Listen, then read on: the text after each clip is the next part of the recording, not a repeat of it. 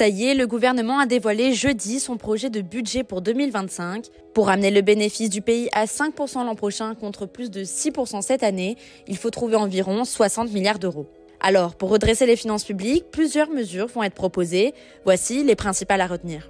Première annonce concernant les grandes entreprises, le gouvernement veut les mettre à contribution. Cela concernera les entreprises dont le chiffre d'affaires dépasse 1 milliard d'euros. Elles paieront un complément exceptionnel sur leurs profits, ce qui pourrait rapporter 8 milliards d'euros. Et 440 groupes sont concernés. Les plus fortunés seront aussi sollicités.